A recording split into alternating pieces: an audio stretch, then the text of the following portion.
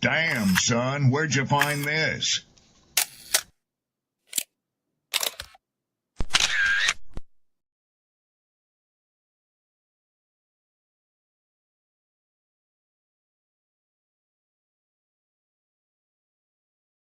People don't be offended by the truth.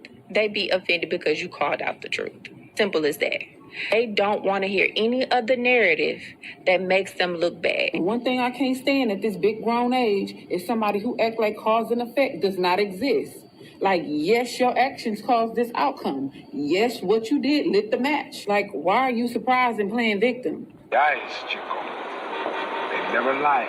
That's how you know somebody doesn't respect you. They listen to reply, not to be understood. They cut you off. They minimize what actually matters to you. They laugh at your boundaries, and then they call you sensitive when you try to hold the line. They show up late, they cancel last minute, forget the things you've told them, because in their world, your time, your energy, even your voice aren't a priority. They're just an option. You see, there are two kinds of people. Those who adjust when they realize they've actually hurt you, and those who expect you to adjust so they don't have to change.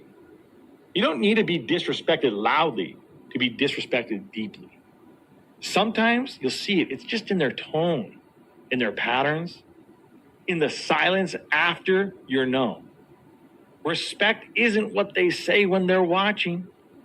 It's how they act when they think you'll tolerate it.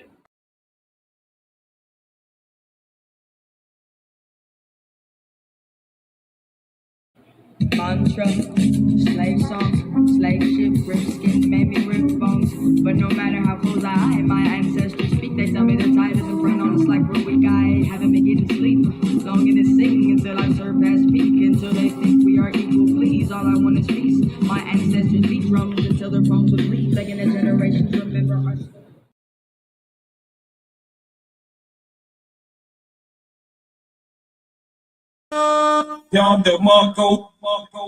Peace and blessings, glory, praise, and honor to the Most High.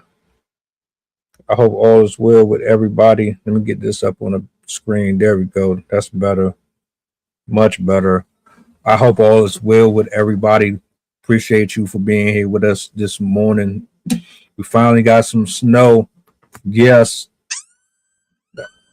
I'm probably the only person that still loves snow. I'm a big ass kid at my grown age. I'll still be out there making igloos and all that shit. Yup. What's good though, man? I got Coach Trail in the building, man. What's up with you, bro? Nothing, man. Hey, man. Power of manifestation, man. You said you wanted it, you got it. Hey, I woke up this morning. I went on IG and I said to somebody, I wish we got snow. And then as soon as I look out the window, it's just coming down. I'm like, okay, that's it. That's what we on today. We manifesting. We bringing things to light. I love it.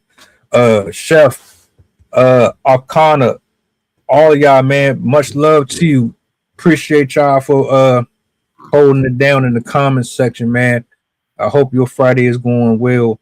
I got a clip I'm gonna bring up here. Somebody shared it with me this morning. I said, yeah, I'm gonna go ahead and pull this up. What's going on? 486-6486. Salutes. Happy Friday. Hope all is well with you. I'm gonna bring this up on a big screen. And yes, Jesus does love all of us. God bless you as well, you and your family, man. Real talk. Let's get this up here, and I'm gonna let it play out. It's not a very long clip, but it'll give y'all some context as to why we are here, and we'll just go from there, man. Rideshare driver helps woman escape a domestic violence situation as they are chased and rammed by her husband. Crazy work. Let's get in it.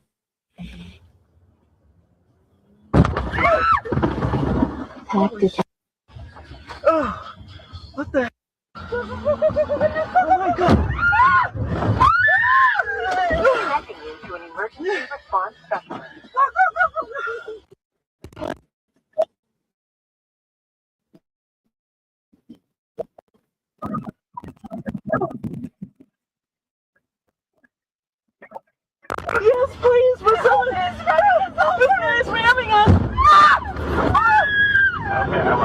calling 911 right now. Yes, please.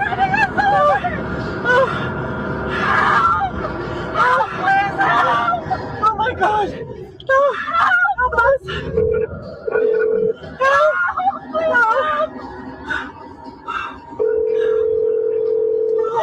Help. Yes. Yes, if it comes. Do you know him? The police station, please. Where's the police station at? I don't know. Something like that. Hi. Oh, help.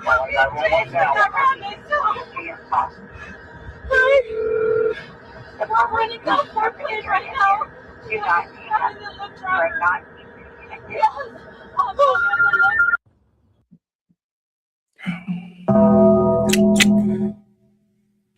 Imagine being a Uber driver or a Lyft driver or a taxi driver or just a driver in general. You just doing your job. You get a ping to go pick somebody up. You just think, oh, I'm just about to give me another passenger, make me a couple dollars here and there. But the catch is, this is a particular case. This ain't no regular driver or regular passenger. Nah, this woman is trying to escape something. Now, I don't know what the conversation was when she got in the car with the woman. I don't know if she gave her a heads up about what was going on. But you get this woman in the car with you. You get ready to pull off, and then out of the blue, some random person just starts following you and then ramming into the back of your car.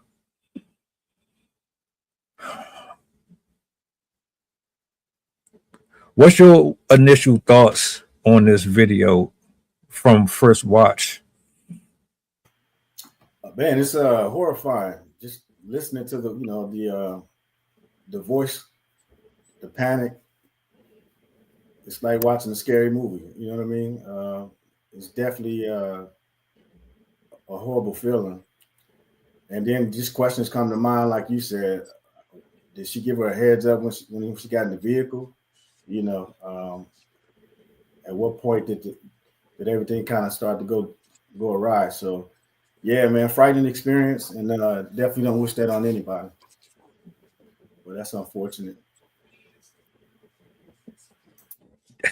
I got first and foremost, I gotta salute the woman, the driver, man, because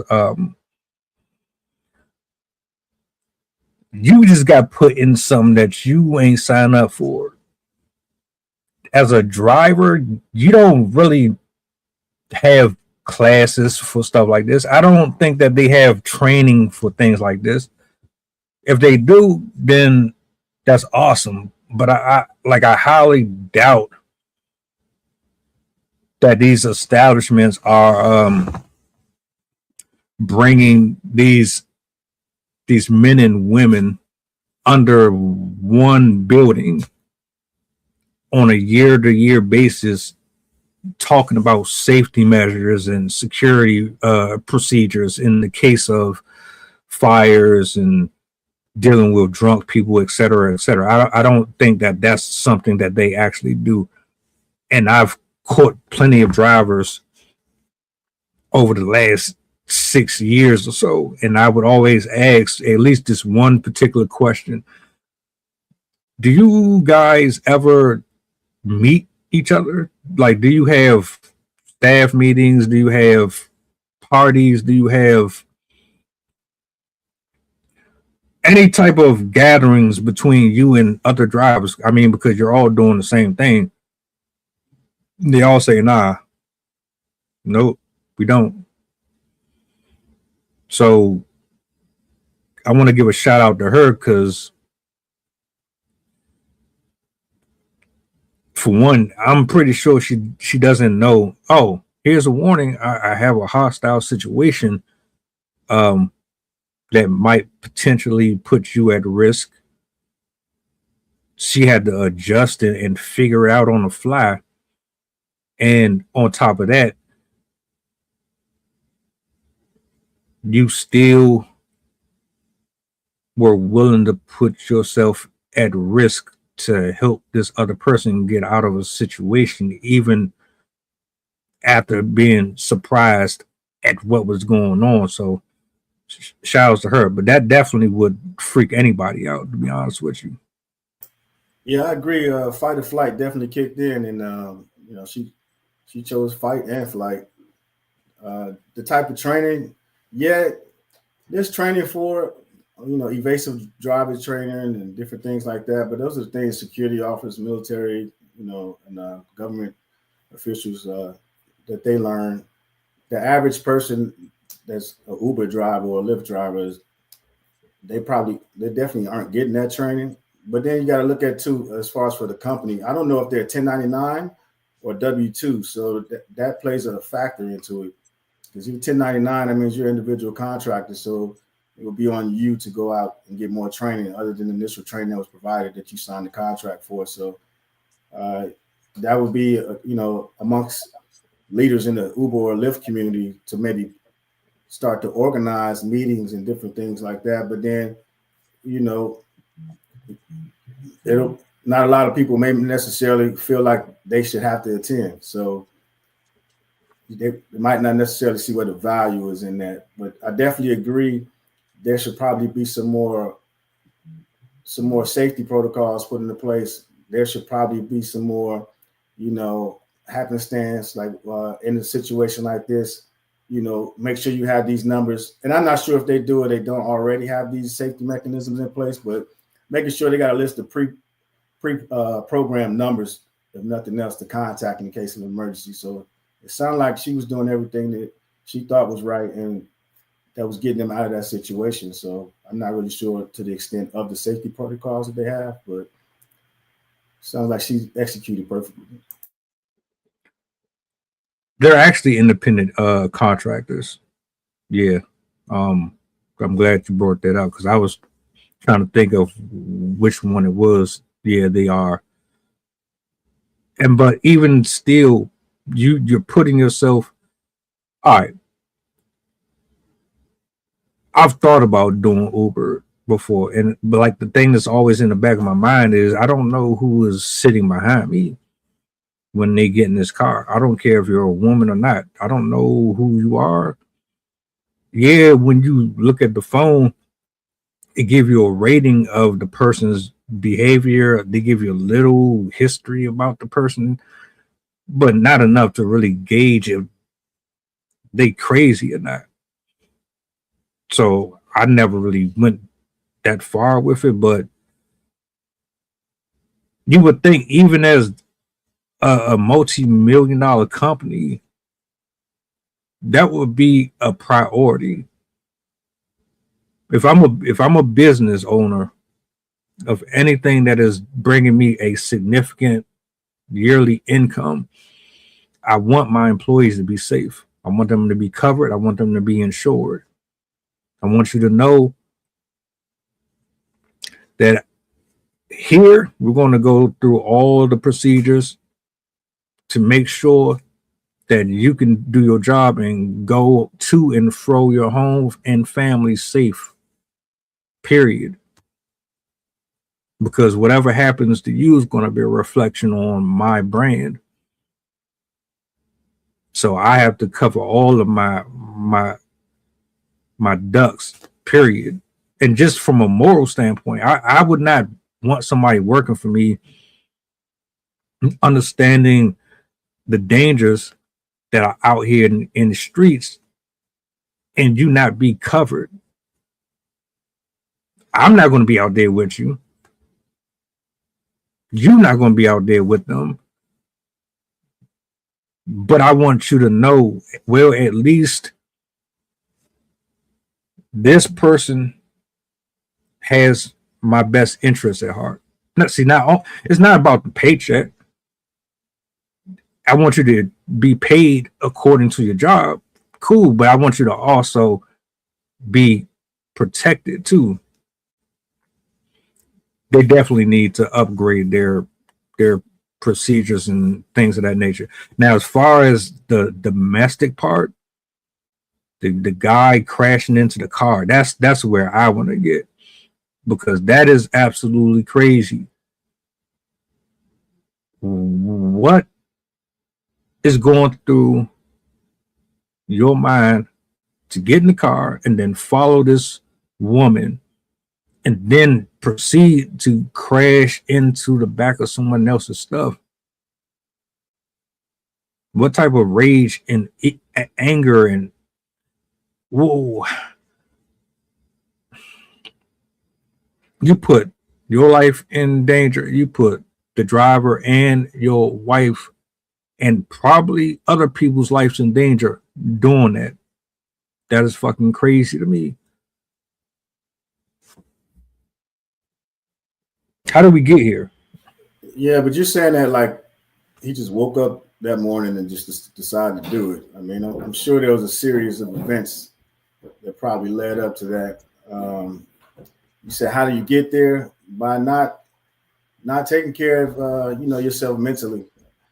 I'm sure there was stages. He just didn't get to the point where his initial reactions or triggers was to jump in the car and start ramming somebody. And I don't know what the exact situation was, if her actions may have triggered some of his traumas. Not saying that it's acceptable, but that happened. But I mean, that could be something that triggered it. Is maybe the lack of communication, empathy within whatever the situation was. And then, like everybody always talks about, is red flags. So obviously something was leading up to this point, and this could have been a point where she was seeking refuge, within that vehicle, looking for a safe space to get away from the individual and not providing closure or conversation on the other side, maybe triggered that person to respond. Maybe alcohol could have been involved, or any other stimulant. So there's a lot of things that it could have contributed, but it definitely could have been stopped prior till if people identified some issues at hand and maybe sought to get some help. I mean, it's pretty clear that something happened before they got in the car. But what pushes somebody to that point, though? Like, I don't care how much you trigger me, especially a woman. I don't care how much you scream and yell and do all that. I'm not about to lose my shit. I don't even care if I caught you in bed with another person. I'm not about to risk my life and throw it all away over that. Why? Because one, let's say I decide to crash out. I'm in jail or dead because the alleged guy is quicker to his weapon than I am mine, or I don't know he has one.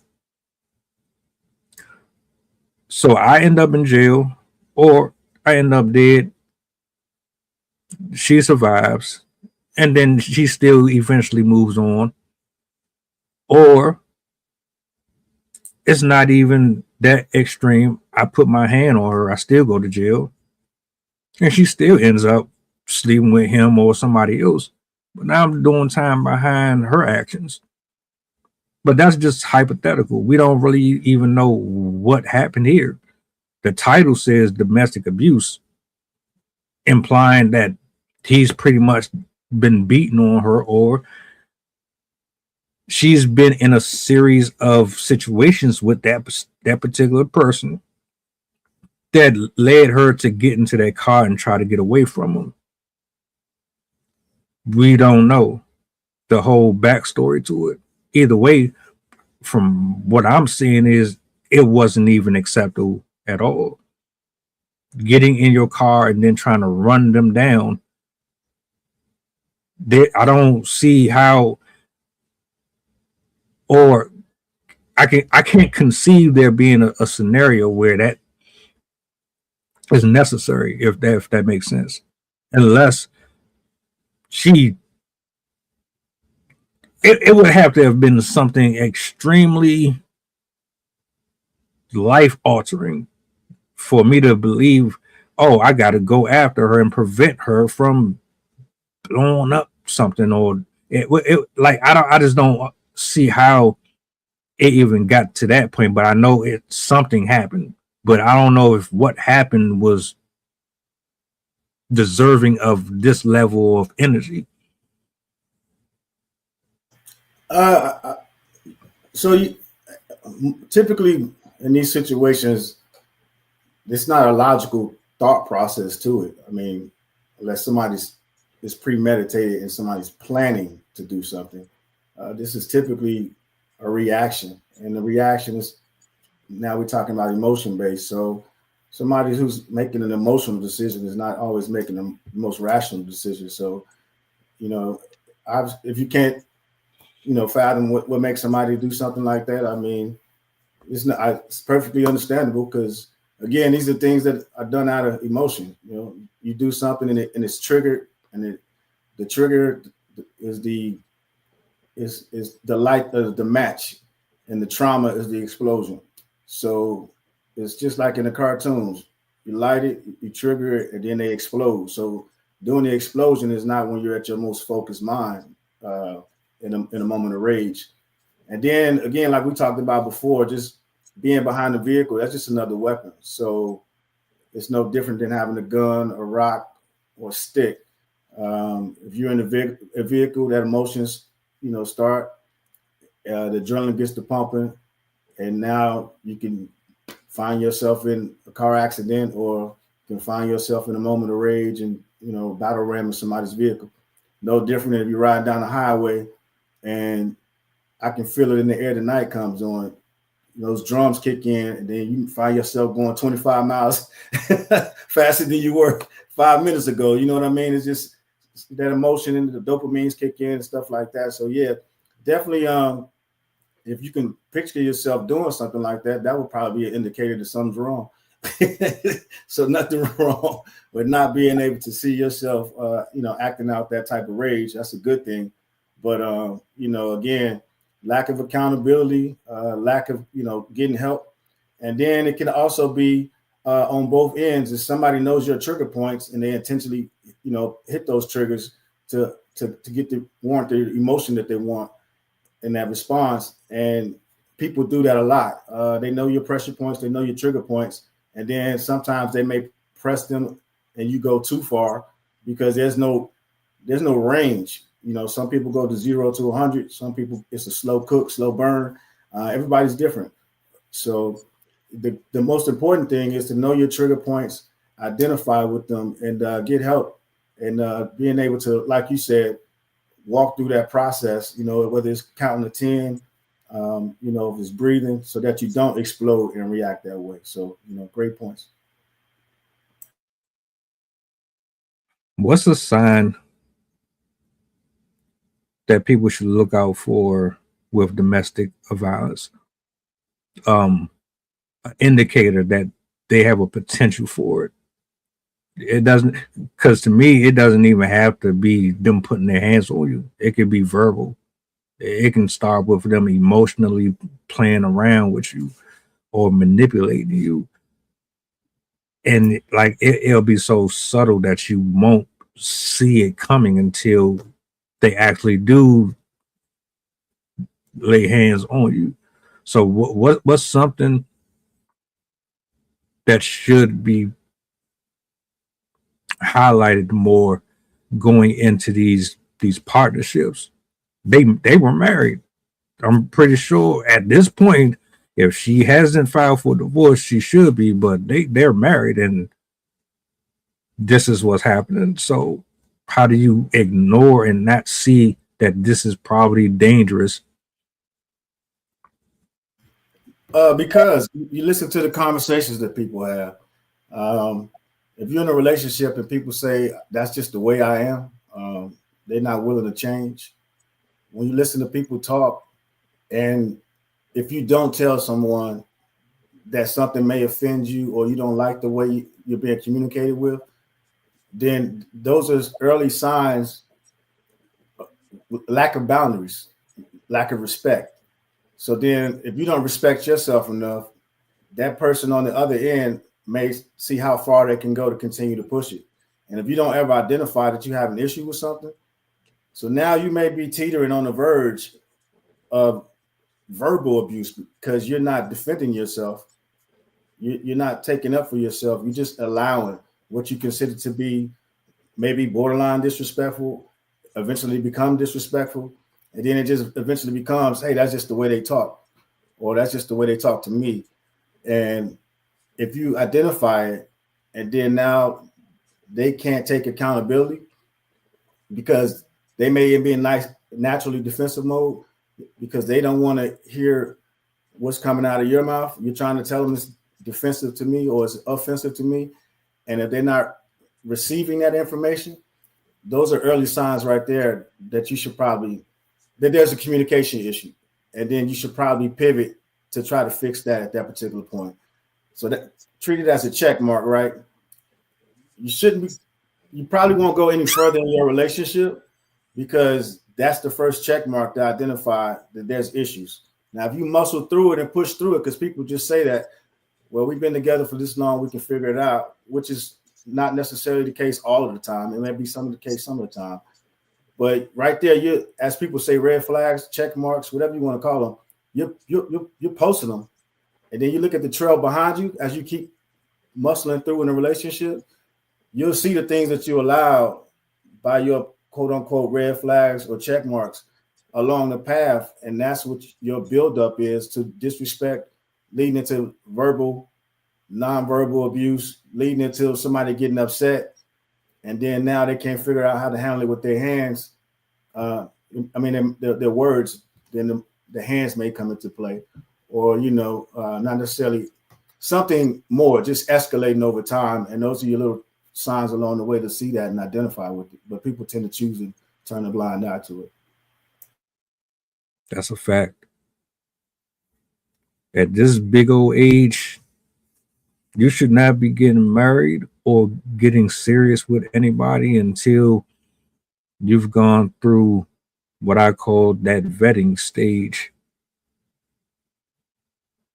The difference between dating and vetting means all the difference. This woman got married to a man that she didn't know, or maybe she got married to a man that she did know and she didn't know how to leave. Where was your family at? Where was your friends at? The people that told you this ain't a good look. Maybe you need to listen to us more and back away from this. He don't mean you no well. Or maybe you just ignored them. Like you said, you ignored the signs and you continued moving forward with this because of whatever reason. And now we are here. This ain't a blame game. We both have to take the responsibility for how we got to this destination, because it takes two to be in this relationship, right? You opened your legs to him. You said I do to him,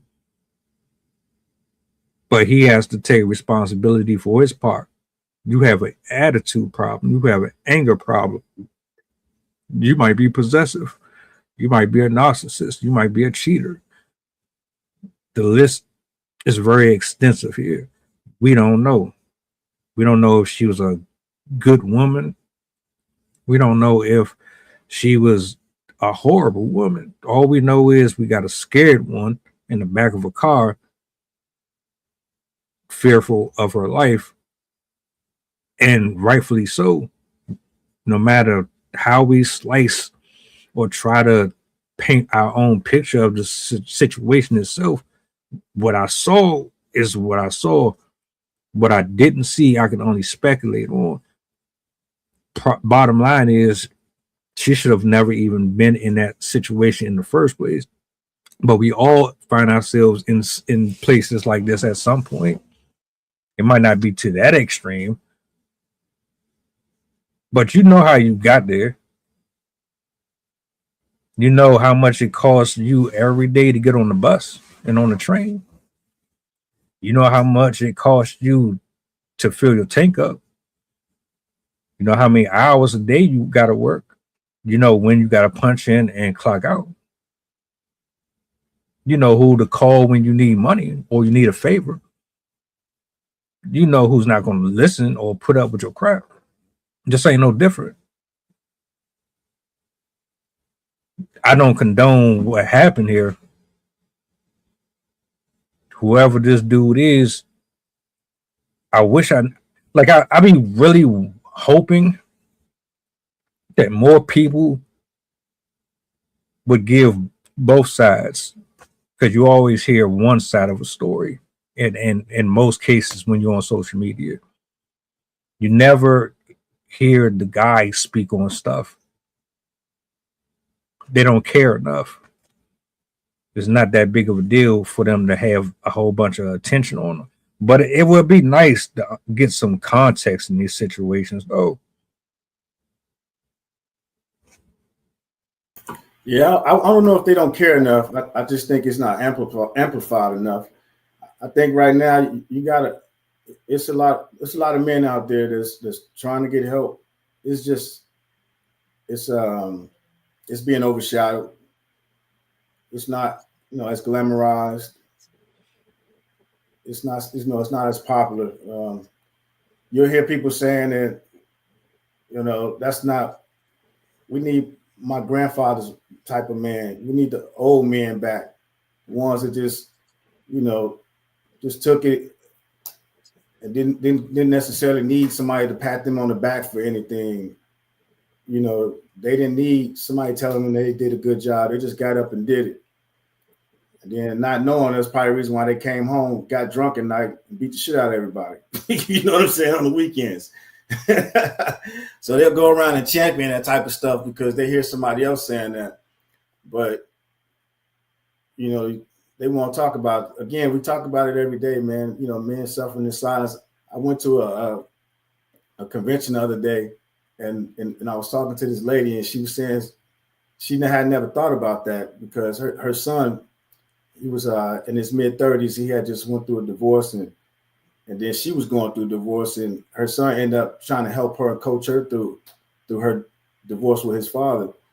And she was like, "Well, where did you figure this out?" And he was like, "Well, you didn't help, and I didn't go around asking anybody else. I just went on the internet, found some men's clubs and some social clubs to attend." And she was like, "I didn't really think about it from that standpoint." And like I said, I don't think anybody is thinking about it from that standpoint because you're in such an era where it's everybody's told to do their own thing, feel a certain way. And again, we keep talking about it. Check on the strong people. And the strong people don't get checked on because they pretending to be strong like nothing's happening to them all the time. And then that's where your issue is. So they got to learn how to ask for help because nobody's going to ask them if they're doing all right. You got to call people out. Hey, look, I'm going through some shit right now. You hadn't even stopped to ask me how I'm doing. You know what I mean?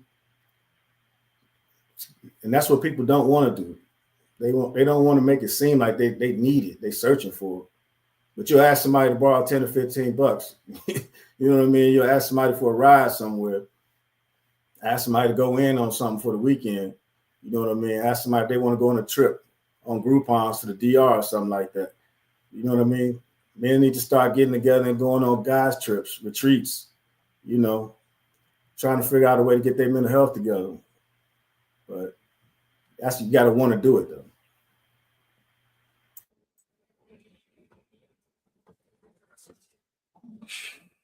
Do we have control over our emotions anymore?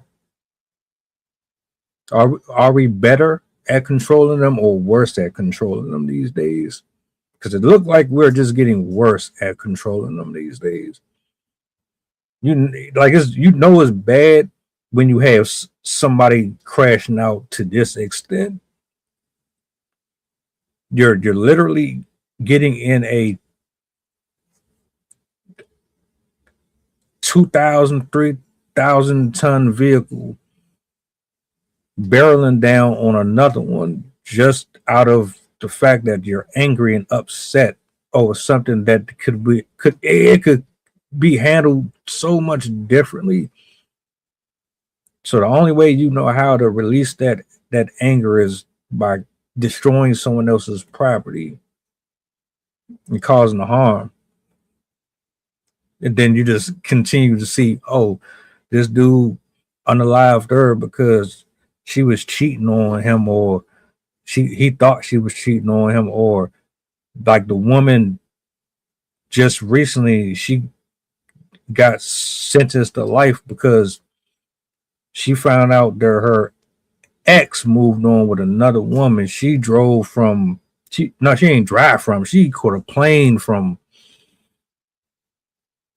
I can't remember exactly, but she went from like Colorado or some shit all the way to Florida. Yeah, I saw that. Yeah, like that's crazy as hell. What?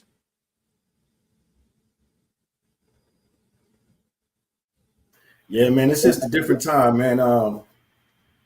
Everybody's so busy doing stuff for online, man. It's not taking the time to think about, themselves in actual real life. It's so really worried about that avatar online, that online persona. You got to take care of that mental health, man, and take a break from online. Stop comparing your life to everybody's online. That's the other thing. And we might be part of the few that see something wrong with them doing that stuff. I'm sure as we see something wrong, potentially wrong with that, there's probably a group of people out there championing it on, saying I would have did the same thing. So, I mean, again, it starts with the culture, starts with the education piece. You can teach people all day long, how to handle themselves, how to seek help, but they got to want it, man. That old cliche of, giving them some water, they got to be willing to drink it. So it's the same thing. People got to want to have change. You can provide community support systems, resources available for victims. Think about it, in the Lyft drivers in the cars. They could be considered a safe space, but again, just to go back to what you was talking about, by them being 1099 contractors. So now you have to think about if you want to take on that responsibility, because one, you're using your own vehicle, you're paying your own insurance. So I'm sure that company, in the best interest of the brand, you probably signed something that didn't even look at it to say that you were responsible and held liable for all that type of stuff. So now you just have to think about it, if you want to continue to do that type of work, because you do have options, whether you can drive at nighttime or in the daytime. The daytime is probably less likely to happen, but you're probably not making as much in tips. So just think about what they want to do moving forward, and how they want to handle them situations, because that's the thing with those drivers and picking people up. You never know what you're going to get, in each individual ride. And you got to take that car back home and drive your family around and do your regular duties and stuff in it as well. So that affects the drivers, mentally, overall, as well as physically and financially, because if they don't get reimbursed back, for those fees. So again, it's just in totality, it's a lot to think about, a lot to digest. Yeah. I don't know what that woman thinking about now. You did you did something that most of us won't do anymore, and that's get involved in somebody else's mess. It's not our problem, so we just gonna keep it moving. She could have just told her, "Don't get in my car." But now your car is gone. There ain't nothing you can do with that. Who's going to cover all that? Is the husband going to take care of it? How do you move forward with that? And then to address something else that you had just said, the people who egg this stuff on, what's wrong with y'all? What's entertaining about that? What's humorous about it?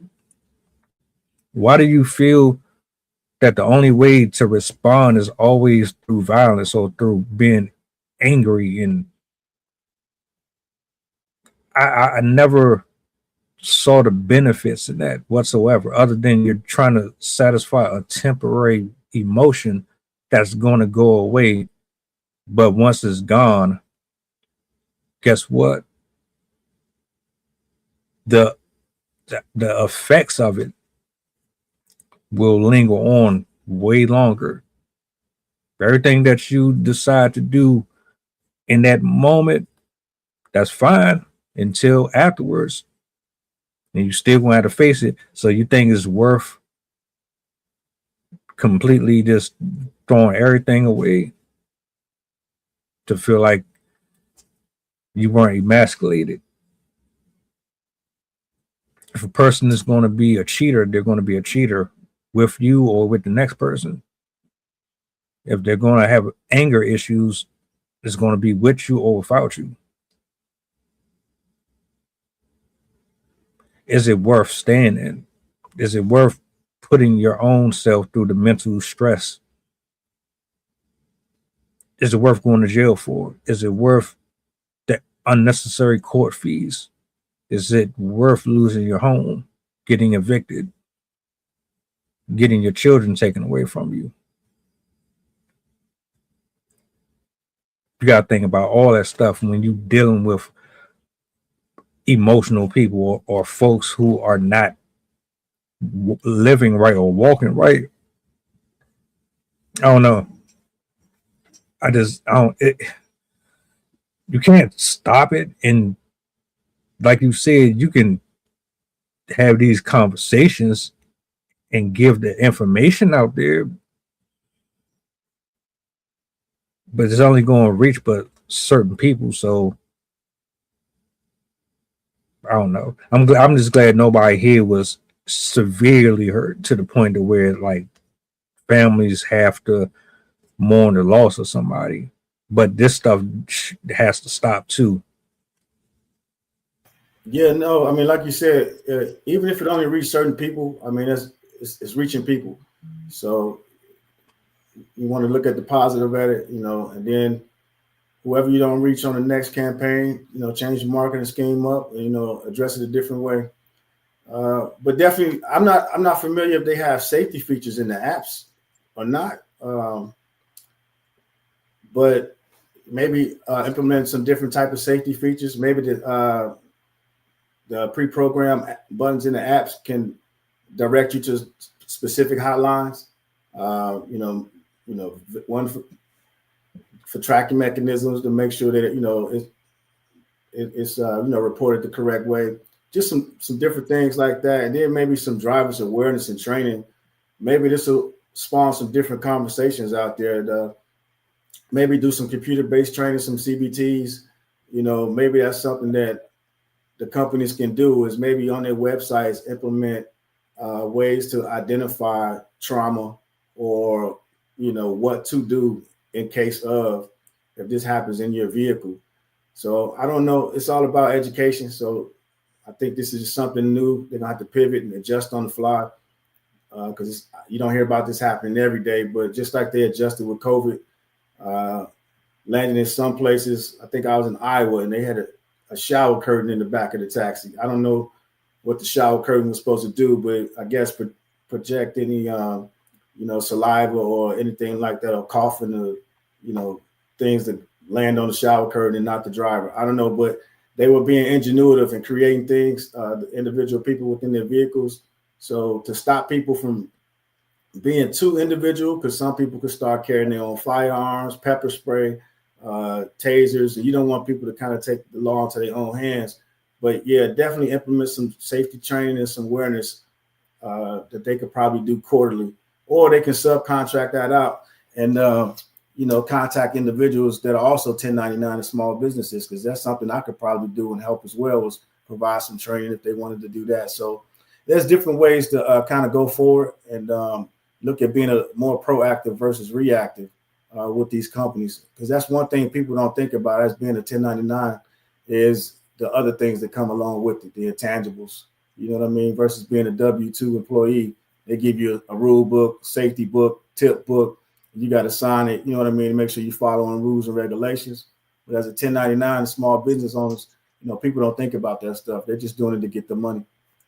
Not necessarily that they're putting themselves in harm's risk, and people vomiting, throwing up in the back of their vehicles and stuff like that. So maybe just need to, put some more thought into it, and maybe just, ask some questions and, ping some people and see what kind of feedback they get. Yeah. the show we did on Tuesday was about a man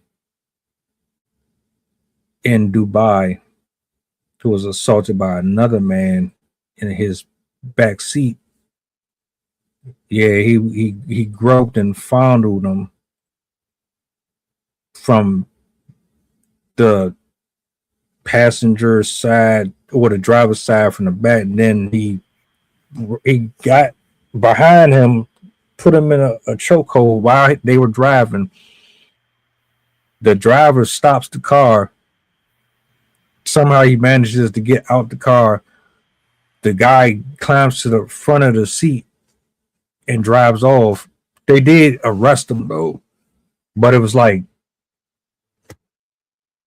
stuff like that is why we are having this conversation in the first place, because whether or not you are the driver or you are the passenger, there needs to be more conversations about safety on both sides, because you just don't know, but you gotta be prepared for that stuff.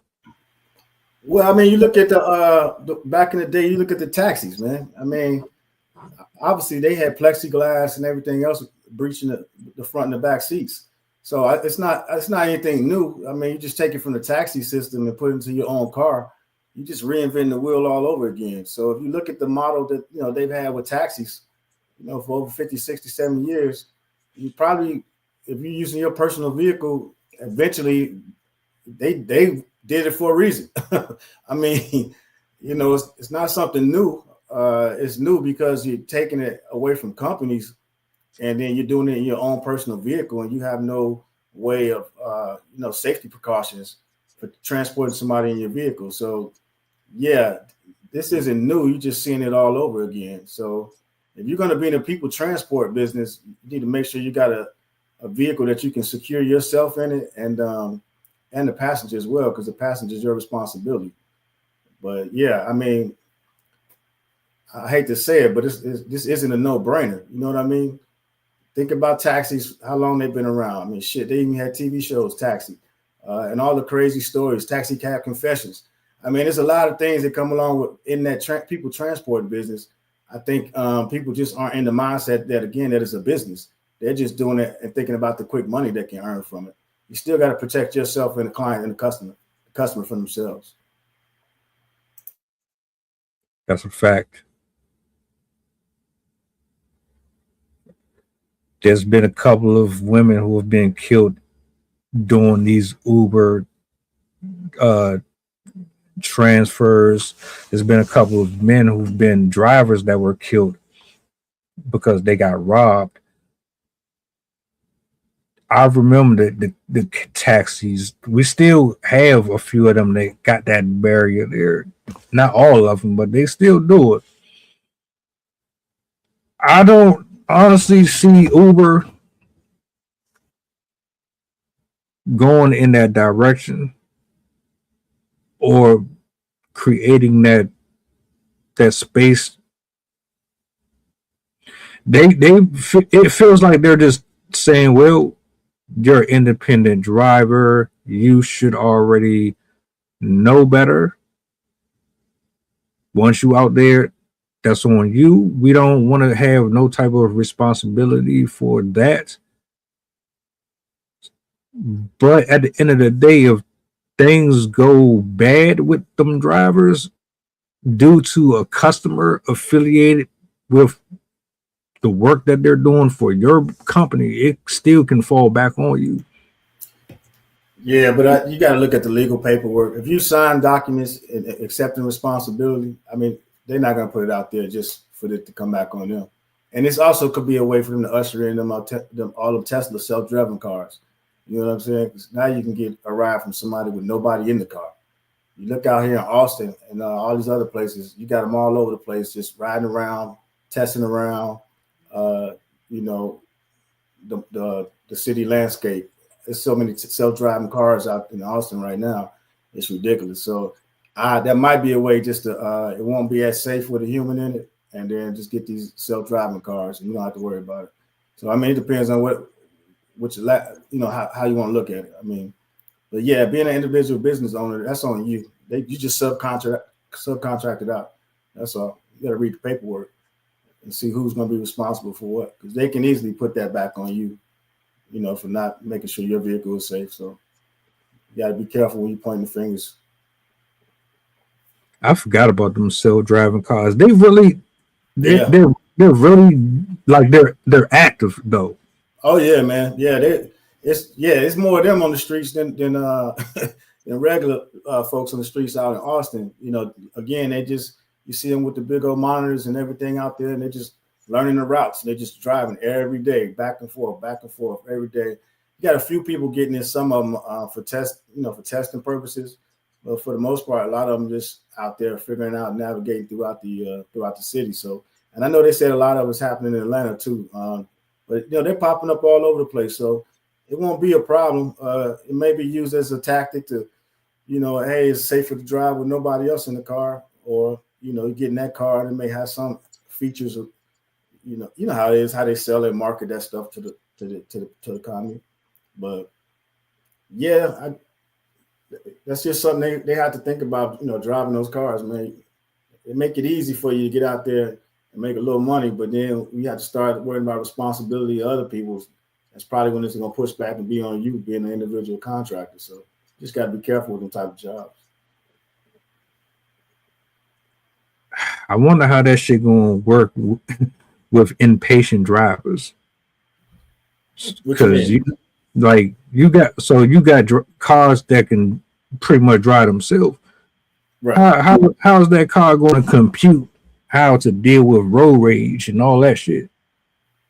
Like folks that like to cut in front of you and they like to wait to the last minute to turn their signal going left or right.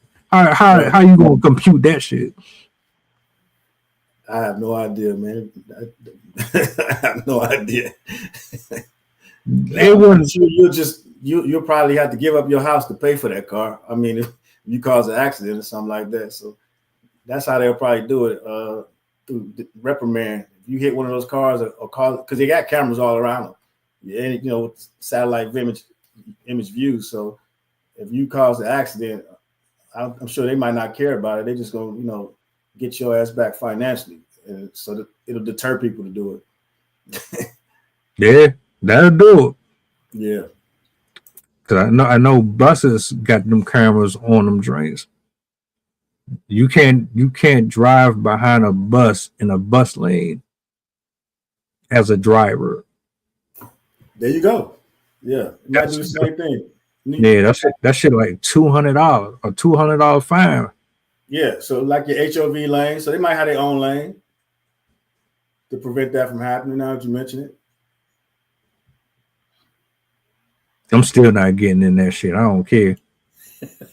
Man, fuck that. I prefer to drive myself. I like to drive. I like to be on the road. I'm not putting my note. Now, if I was to get in one of them cars, and I'm just gonna leave it here. If I was getting one of them cars and not getting an accident due to somebody else's negligence, do I get paid too? Or does all this go to the company? Because you're not, nah. That's a good point. You know, you got to read that fine print, man. That's a good point. Any last thoughts on this accident with the woman and the driver? No, again, just, you know, it seems to be the topic of every conversation, man. Whether it's planes, trains, or automobiles, there's some type of form of domestic violence going on, and definitely something that needs to be addressed. And you know, again, it just goes to, if you can't even put it on the two-way relationship anymore. If you're in that environment and you see something, you should say something. You should identify it. Hey, not sure if you're aware of these situations or what's going on. And if they are, then, I mean, you know, you wish the best for them, but you try to prevent these things before they get to that level, before they escalate, especially if you got kids involved. So just want people to be safe, especially right now around the holidays. A lot of people are kind of wound up, you know, financially. The weather's getting bad. There's a lot of things that piss people off out there today. So just try to use common sense and good judgment. Well said. And a big thank you to everybody who pulled up this morning. I hope you got something out of today's conversation. I don't know if it's still snowing out there. I hope it is. We do have a show later on. If y'all are available to pull up, that QR you see up there at the top of the screen, that is Coach Trail's link. If y'all want to tap in with him, follow him on his channel or where he's accessible, right there. Everything you need, you know what I'm saying? Thank you both for being here this morning. And I hope you guys enjoy the rest of your Friday. Be safe on this road if you got bad weather, and stay bundled up.